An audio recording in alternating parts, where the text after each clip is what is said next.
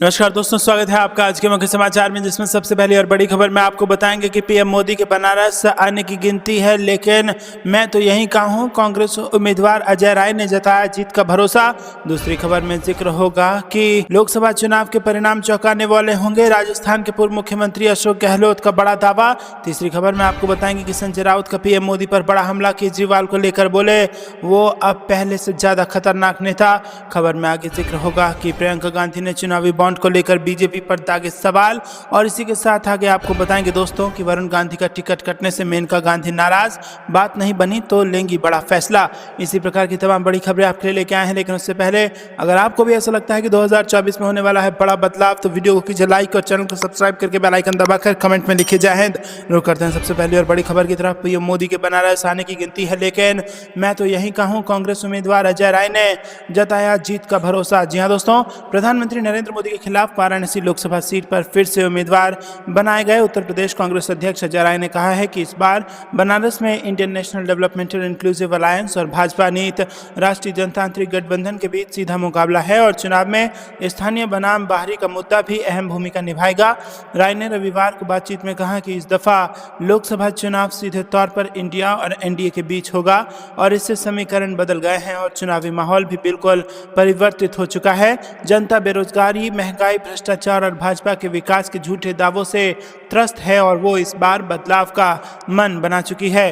दोस्तों रुक करते हैं अगली ब्रेकिंग न्यूज की तरफ। लोकसभा चुनाव के परिणाम चौंकाने वाले होंगे, राजस्थान के पूर्व मुख्यमंत्री अशोक गहलोत का दावा। जी हां दोस्तों, राजस्थान के पूर्व मुख्यमंत्री अशोक गहलोत रविवार को जोधपुर पहुंचे और यहां वो कार्यकर्ताओं के साथ होली स्नेह मिलन के कार्यक्रम में शामिल हुए और इस दौरान उन्होंने जोधपुर लोकसभा प्रत्याशी करण सिंह उचियारा को चुनाव जिताने के लिए कार्यकर्ताओं में जोश भरा। और इसके साथ ही पूर्व सीएम ने केंद्र सरकार और गजेंद्र सिंह शेखावत पर जोरदार हमला बोलते हुए संजीवनी क्रेडिट कोऑपरेटिव सोसाइटी का मामला एक बार फिर उठाया। पूर्व सीएम ने कहा कि देश भर में माहौल बदल रहा है, लोकसभा के चुनावों के परिणाम चौंकाने वाले होंगे।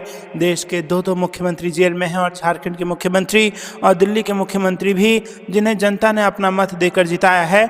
अब देश में बहुत बड़ी तानाशाही है और ऐसा इसलिए किया जा रहा है कि कोई भी नेता इस चुनाव के दौरान प्रचार नहीं कर पाए। ईडी, सीबीआई व इनकम टैक्स लगातार लोगों के यहां पर रेड डाल रही है। अशोक गहलोत ने संजीवनी क्रेडिट कोऑपरेटिव सोसाइटी के रुपए के कथित गबन के मामले में कहा कि मैंने पीड़ितों की आवाज उठाई थी। गजेंद्र सिंह शेखावत में मुझ पर डिफेमेशन का केस कर दिया। मैं 10 से ज्यादा अपील कर चुका हूं। ये केस पीड़ितों का था। मैं प्रदेश का मुख्यमंत्री के नाते वो मेरे पास आए थे। रुक करते हैं अगली ब्रेकिंग न्यूज की तरफ। संजय राउत का पीएम मोदी पर बड़ा हमला, केजरीवाल को लेकर बोले वो पहले से ज्यादा खतरनाक। जी हां दोस्तों, मुंबई में शिवसेना सांसद संजय राउत का कहना है कि इंडिया गठबंधन दिल्ली के रामलीला मैदान में एक विरोध रैली का आयोजन कर रहा है और हम सभी उस रैली में शामिल होंगे। पीएम मोदी अरविंद केजरीवाल से डरते हैं और अब अरविंद केजरीवाल अधिक खतरनाक है, क्योंकि अब वो जेल से काम करेंगे, इसीलिए लोग उनकी बात सुनेंगे और उनके समर्थन में आएंगे। यहाँ तक कि स्वतंत्रता संग्राम के दौरान भी जो नेता जेल गए वो मजबूत होकर उभरे। आम आदमी पार्टी ने घोषणा की है कि उसके नेता अरविंद केजरीवाल जेल से सरकार चलाना जारी रखेंगे। एक तरफ जहां इस बयान ने देश भर में चर्चाओं की छड़ी लगा दी है, तो वहीं दूसरी तरफ बीजेपी के नेता उन पर निशाना साध रहे हैं। दिल्ली के सीएम अरविंद केजरीवाल को प्रवर्तन निदेशालय ने कुछ दिन पहले ही गिरफ्तार किया और 21 मार्च 2024 को अरविंद केजरीवाल को उत्पाद शुल्क नीति मामले में ईडी ने गिरफ्तार कर लिया था। रुक करते हैं अगली ब्रेकिंग न्यूज की तरफ। प्रियंका गांधी ने चुनावी बॉन्ड को लेकर बीजेपी पर दागे सवाल। देश के इतिहास में ऐसा कभी नहीं हुआ। जी हां दोस्तों, चुनावी बॉन्ड से भाजपा को मिले सबसे ज्यादा चंदे पर सियासी विवाद जारी है। मुख्य विपक्षी पार्टी कांग्रेस इसे लोकसभा चुनाव में भाजपा के खिलाफ भ्रष्टाचार का मुद्दा बनाने की भरसक कोशिश में जुटी है। पार्टी का शीर्ष नेतृत्व इसी रणनीति के तहत लगातार भाजपा सरकार के खिलाफ हमलावर है। कांग्रेस महासचिव प्रियंका गांधी ने रविवार को एक बार फिर चुनावी बॉन्ड के लेनदेन में लाखों करोड़ रुपए के कॉन्ट्रैक्ट दिए जाने का आरोप लगाया और प्रियंका गांधी ने दावा किया कि चुनावी बॉन्ड के माध्यम से 38 कॉरपोरेट समूहों ने भाजपा को 2004 करोड़ रुपए का चंदा दिया और इसके बदले इन कंपनियों को भाजपा की केंद्र और राज्य सरकारों से 3,80,000 करोड़ रुपए के ठेके दिए। रुक करते हैं अगली ब्रेकिंग न्यूज की तरफ। वरुण गांधी का टिकट कटने से मेनका नाराज, बात नहीं बनी तो लेंगी बड़ा फैसला। जी हां दोस्तों, भाजपा ने इस बार पीलीभीत लोकसभा सीट से वरुण गांधी का टिकट काट दिया, जबकि उन्होंने पहले ही दिन पर्चे खरीद लिए थे और वो क्षेत्र में काफी पहले से चुनाव प्रचार भी जोर शोर से करने लगे थे। और अब सूत्रों के हवाले से खबर है कि वरुण गांधी का टिकट कटने से उनकी मां मेनका गांधी नाराज हैं। दरअसल वरुण का टिकट कटा, लेकिन मेनका गांधी को सुल्तानपुर शाहजहांपुर से भाजपा ने फिर मौका दिया है और कुछ हफ्ते पहले से वरुण का टिकट काटे जाने की अटकलें लगाई जा रही थी और उनकी जगह कांग्रेस में भाजपा में आए जितिन प्रसाद पर पार्टी ने भरोसा जताया है। अब सूत्र बता रहे हैं कि वरुण गांधी का टिकट कटने को लेकर मेनका गांधी के शीर्ष नेतृत्व से बात करेगी। मेनका गांधी जल्द ही इसके लिए समय मांगेंगी। वैसे भाजपा का रिकॉर्ड है कि पार्टी ने अब तक किसी दबाव में कैंडिडेट नहीं बदले हैं और कहा जा रहा है कि अगर बात नहीं बनी तो मेनका गांधी भी चुनाव मैदान से दूरी बना सकती हैं। रुक करते हैं अगली ब्रेकिंग न्यूज की तरफ। 69,000 सहायक अध्यापक भर्ती। यूपी प्राथमिक स्कूल 6800 शिक्षक नियुक्ति को राहुल गांधी ने पीएम मोदी को लिखी चिट्ठी। जी हाँ दोस्तों, आपको बता दें कि परिषदीय प्राथमिक स्कूलों में 69,000 सहायक अध्यापक भर्ती में आरक्षित वर्ग की अनदेखी पर विधानसभा चुनाव से पहले जारी 6800 शिक्षकों की चयन सूची का जिन लोकसभा चुनाव से पहले एक बार फिर बोतल से बाहर आ गया है।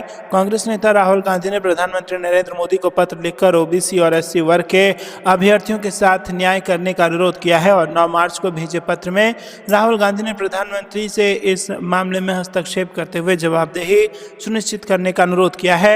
उम्मीदवारों की श्रेणीवार सूची प्राप्त अंकों के विवरण के साथ घोषित करने को भी बात है। रुक करते हैं अगली ब्रेकिंग न्यूज की तरफ। चुनावी बॉन्ड देश का सबसे बड़ा घोटाला, इससे ध्यान भटकाने के लिए की गई केजरीवाल की गिरफ्तारी। पी विजयन ने लगाया बीजेपी पर यह आरोप। जी दोस्तों, आपको बता दें कि केरल के मुख्यमंत्री पिनराई विजयन ने कहा है कि चुनावी बॉन्ड घोटाला भारत में अब तक का सबसे बड़ा घोटाला है और केंद्र की भाजपा सरकार ने इससे ध्यान भटकाने के लिए दिल्ली के मुख्यमंत्री अरविंद केजरीवाल को गिरफ्तार किया है। विवादास्पद नागरिकता अधिनियम के खिलाफ रविवार को कन्नूर में मार्क्सवादी कम्युनिस्ट पार्टी द्वारा आयोजित तीसरी रैली को संबोधित करते हुए विजयन ने आरोप लगाया कि बीजेपी के नेतृत्व वाली केंद्र सरकार और संघ परिवार देश में कानून के शासन को बहुत कम महत्व देते हैं। उन्होंने आरोप लगाया कि संघ परिवार संवैधानिक संस्थाओं पर कब्जा करने की कोशिश कर रहा है और यहां तक कि देश की न्यायपालिका को भी धमका रहा है। रुक करते हैं अगली ब्रेकिंग न्यूज की तरफ। खोखले वादे करने वाली बीजेपी से तंग आ चुके हैं लोग, शिवपाल यादव ने बीजेपी को घेरा। जी हां दोस्तों, समाजवादी पार्टी के राष्ट्रीय महासचिव शिवपाल सिंह यादव ने कहा है कि लोग खोखले वादे करने वाले भाजपा से तंग आ चुके हैं और इस बार लोकसभा चुनाव में वो सपा को वोट देंगे। यादव ने होली के अवसर पर सैफई में पत्रकारों से बातचीत में कहा कि बीजेपी से सभी तंग आ चुके हैं। महंगाई, बेरोजगारी और भ्रष्टाचार चरम पर है और बीजेपी ने जो वादे किए थे वो झूठे और खोखले थे और इस बार लोकसभा उम्मीदवारों की जीत सुनिश्चित करेंगे। उन्होंने कहा कि अगर हम उत्तर प्रदेश में जीतेंगे तो बीजेपी का सफाया हो जाएगा। लोकसभा चुनाव के लिए पार्टी उम्मीदवारों की घोषणा के बारे में यादव ने कहा कि शेष सीट पर प्रत्याशियों का ऐलान जल्द ही किया जाएगा और उन्होंने पार्टी उम्मीदवारों से सपा संस्थापक दिवंगत मुलायम सिंह यादव की नीतियों और सिद्धांतों को आगे बढ़ाने और पार्टी की विचारधारा के साथ लोगों तक पहुंचाने का आह्वान किया। यादव ने कहा कि इस बार सपा को लोगों का पूरा समर्थन मिलेगा। एक सवाल के जवाब में उन्होंने कहा कि पार्टी द्वारा घोषित उम्मीदवारों को अब नहीं बदला जाएगा और ये पूछे जाने पर कि क्या उनके बेटे आदित्य यादव के बदायूं से चुनाव लड़ने की संभावना है, शिवपाल यादव ने कहा कि अभी तो हम ही लड़ रहे हैं। उन्होंने कहा कि पार्टी ने जो भी पार्टी निर्देश देगी मैं उसका पालन करूंगा। रुक करते हैं अगली ब्रेकिंग न्यूज की तरफ। जेएनयू छात्र संघ चुनाव में लहराया लाल परचम, चारों सीटों पर वामपंथी गठबंधन की जीत, एबीवीपी की करारी हार। जी दोस्तों, वामपंथी गठबंधन ने जेएनयू छात्र संघ चुनावों में सभी 4 पदों अध्यक्ष, उपाध्यक्ष, महासचिव और संयुक्त सचिव पर जीत हासिल कर ली है और रविवार रात 56 से 56 मतपत्रों की अंतिम गिनती के बाद केंद्रीय पैनल के नतीजे घोषित कर दिए गए हैं। दोस्तों रुक करते हैं अगली ब्रेकिंग न्यूज सिर्फ। मैं भी केजरीवाल अभियान चलाएगी आम आदमी पार्टी, पद से इस्तीफा नहीं देंगे दिल्ली के मुख्यमंत्री अरविंद केजरीवाल। जी दोस्तों, आम आदमी पार्टी ने रविवार को हुई बैठक में फैसला किया है कि आम आदमी पार्टी में मैं भी केजरीवाल अभियान चलाएगी और दिल्ली के मुख्यमंत्री अरविंद केजरीवाल अपने पद से इस्तीफा नहीं देंगे। आम आदमी पार्टी ने उत्पाद शुल्क नीति मामले में पार्टी के राष्ट्रीय संयोजक केजरीवाल की गिरफ्तारी के बाद अपनी भविष्य की कार्रवाई तय करने के लिए बैठक की है। केरल के मुख्यमंत्री पिनराई विजयन ने रविवार को कहा कि चुनावी बॉन्ड घोटाला भारत में अब तक का सबसे बड़ा भ्रष्टाचार और केंद्र की भाजपा सरकार ने इससे ध्यान भटकाने के लिए अपने दिल्ली समकक्ष अरविंद केजरीवाल को गिरफ्तार कर लिया है।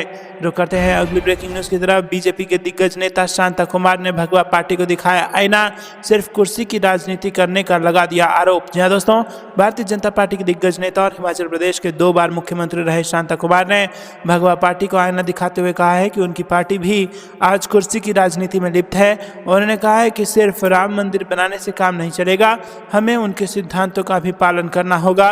देश के वर्तमान राजनीतिक हालात पर दुख जताते हुए शांता कुमार ने कहा है कि हमने राम मंदिर बनाया, लेकिन सिर्फ राम मंदिर बनाने से काम नहीं चलेगा, हमें उनके सिद्धांतों का पालन भी करना होगा। कांगड़ा से 4 बार सांसद रहे शांता कुमार ने कहा कि मैं हैरान हूं, गुलाम भारत की राजनीति देश के लिए थी, लेकिन आज़ाद भारत की राजनीति कुर्सी के लिए है और मुझे दुख है कि मेरी पार्टी भी इस लहर में बह गई है। उन्होंने कहा कि सिद्धांत की राजनीति समय की मांग है और मैं कामना करता हूं कि मेरे देश के नेता अपने मूल्यों का पालन करें और देश में राजनीति का स्तर बेहतर हो। देखिए, कोई भी अपना धार्मिक कार्य कर रहा है उस पर इस तरीके से बर्बरतापूर्वक नहीं करना चाहिए, लेकिन उन लोगों को भी सोचना चाहिए कि रोड पे अगर सारी जनता रोड पे आ जाएगी तो हमारा प्रशासन क्या करेगा। आज आप आ रहे हो, कल हिंदू भी आएगा, परसों कोई और आएगा, अपने सारे रोड पे नमाज पढ़ेंगे और पूजा करेंगे तो फिर प्रशासन क्या करेगा। यानी दिल्ली और देश की जो हिंदू आबादी कहेंगे सनातनियों की, वो समर्थन में है कि गलत हुआ है। गलत हुआ है, गलत हुआ है, लेकिन वो भी गलत है। अच्छा, जो सड़क पे पड़ा वो भी गलत, वो भी गलत है। हालांकि उनको सस्पेंड कर दिया गया, त्वरित कार्रवाई हुई कल। हाँ, तो गलत है तभी तो सस्पेंड किया ना। हम किसी धर्म के विरोधी नहीं है, लेकिन एक कानून व्यवस्था है, कानून ने कह दिया रोड पे नहीं करना। यानी रोड पे जो पढ़ा गया वो गलत है, वो गलत है। बाकी जो हरकत हुई इसका आप लोग समर्थन नहीं करते हैं? नहीं, उसका समर्थन नहीं करते हम, उसका समर्थन नहीं करते। अच्छा, एक सवाल है, क्या लग रहा है 2024 चुनाव में इन तमाम मुद्दों का फर्क पड़ गया? 2 दिन बाद जिस तरीके से नोटिफिकेशन आने वाला है कि चुनावी बिगुल बजेगा, माहौल कहीं तो ऐसा नहीं कि जानबूझकर क्रिएट हो रहा हो कहीं से, विपक्ष पक्ष कहीं से? हो भी सकता है, क्योंकि मस्जिद कमेटी कह रही है कि ये व्यक्ति जो है आए हैं, ये पहले कभी नहीं आए। वो कह रहे हैं एक भीड़ बढ़ गई मस्जिद के अंदर। अचानक कैसे भीड़ बढ़ी? ये नमाज पहले भी तो कहीं तो पढ़ते होंगे। बिल्कुल।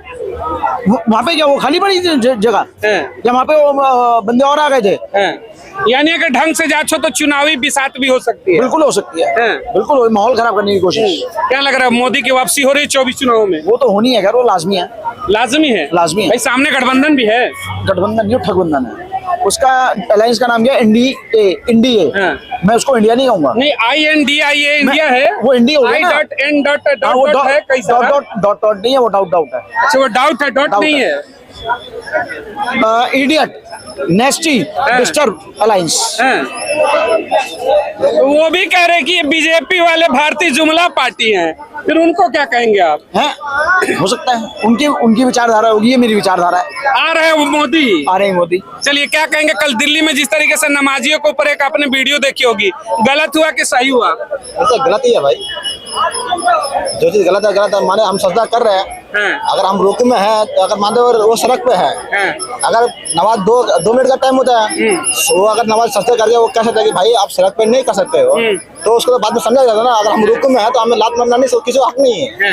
अगर आप भी भाई साहब मंदिर जाते हैं, देखते हैं हमें रास्ता ही जाने से, तो इसको हम धक्का मार के नहीं कहेंगे भाई कि तुम पूजा करो, हमें जाने दो। हम भी रोक सकते हैं ना 2 मिनट के लिए, या हमारा कोई तो काम नहीं। देखिए, आप पीछे आप उसी समाज से कल के घटना की वीडियो वायरल हो रही है। दिल्ली में नमाजी नमाज पढ़ रहे थे, सड़क पर पीछे से लात मारी गई पुलिस द्वारा। हालांकि प्रशासन के आला अधिकारियों ने तुरंत उनको सस्पेंड भी कर दिया। आप ऐसी हरकत को कैसे देखते हैं, क्या कहेंगे इसके बारे में?